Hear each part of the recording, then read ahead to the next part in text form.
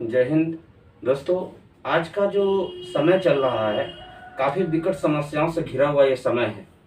आज हम लोग जिस दौर से गुजर रहे हैं, ये कोरोना का ये वह समय है जो चारों तरफ से मातम ही मातम छाए हुए दिखाई दे रहा है। हम लोग में कुछ ऐसे लोग हैं जो आज भी इस बात को नहीं मानते दोस्तों कि कोरोना क्या है। कोरोना को हम लोग ये कह करके टाल देते हैं। जैसे आप गांव को ही देख लीजिए, लोग कहते हैं कि कोरोना कुछ नहीं है। कुछ लोगों का मानना है कि ये कोरोना है। क्या दोस्तों, एक बात बताइए, ये है या नहीं है? इस चीज़ को मानने के लिए क्या हमें प्रैक्टिकल करना होगा?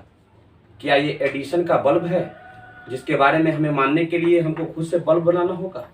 आइंस्टीन या न्यूटन का लॉ है दोस्तों, जिसे हमें खुद प्रैक्टिस करना होगा कि हाँ, मैं खुद प्रैक्टिस करके ये देखूं कि कोरोना सच में होता है या मुझे या नहीं होता है। नहीं ना दोस्तों, जब हम इस चीज़ को मानते हैं, क्या हम उस चीज़ को नज़रअंदाज कर दे जो आज हॉस्पिटल में मातम छाए हुए हैं, जिनके बच्चे अनाथ हो रहे हैं, कई लोग मरे जा रहे हैं।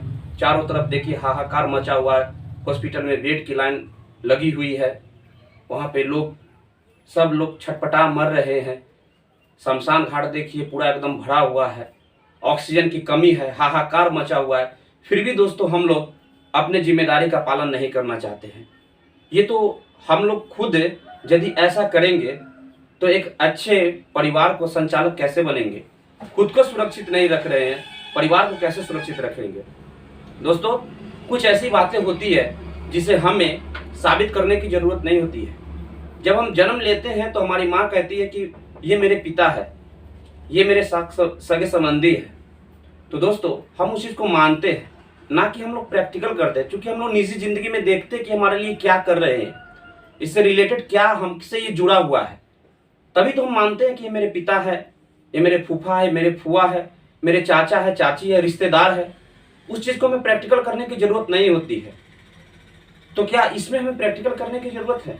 दोस्तों, इस बात को आप ध्यान में रखिएगा।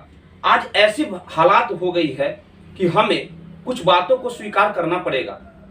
उन लोगों को देख करके ये हमें जानना पड़ेगा कि वास्तव में ये कुछ ना कुछ बीमारियां हैं।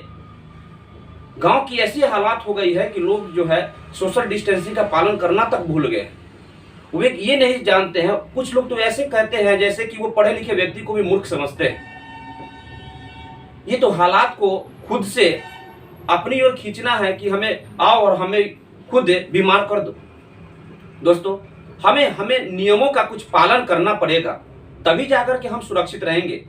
परिवार के सुरक्षित रखना, आज हमारे देश के जो जवान है बॉर्डर पर सुरक्षा रखे हुए हैं, तभी तो हम लोग सुरक्षित है। बॉर्डर को सुरक्षित नहीं रखते तो हम लोग सुरक्षित नहीं रहते। तो क्या हमें नागरिक होने के नाते ये फर्ज नहीं बनता कि हम अपने आप को और अपने परिवार को सुरक्षित रखें?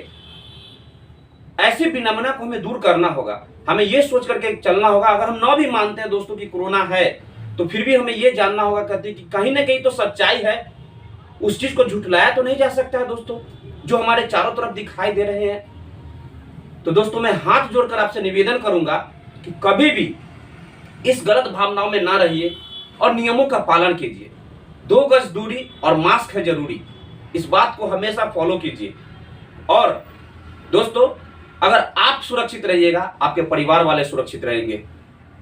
आप एक बहुत बड़े योद्धा कहलाइएगा। लेकिन याद रखिएगा, यदि आप इसे नजरअंदाज करते हैं और कभी आपको कुछ हो जाता है, आपके परिवार को कुछ हो जाता है, तो आपको छूने तक कोई नहीं आएगा। लावारिस की तरह लोग जो है मर रहे हैं।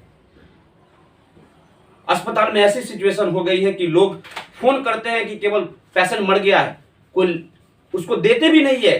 कहते हैं कि हाँ ले जाइए, या न भी देते हैं। अगर यहां से लोग कहता है कि मुझे मेरा पेशेंट दे दो, फिर भी नहीं दे रहे हैं।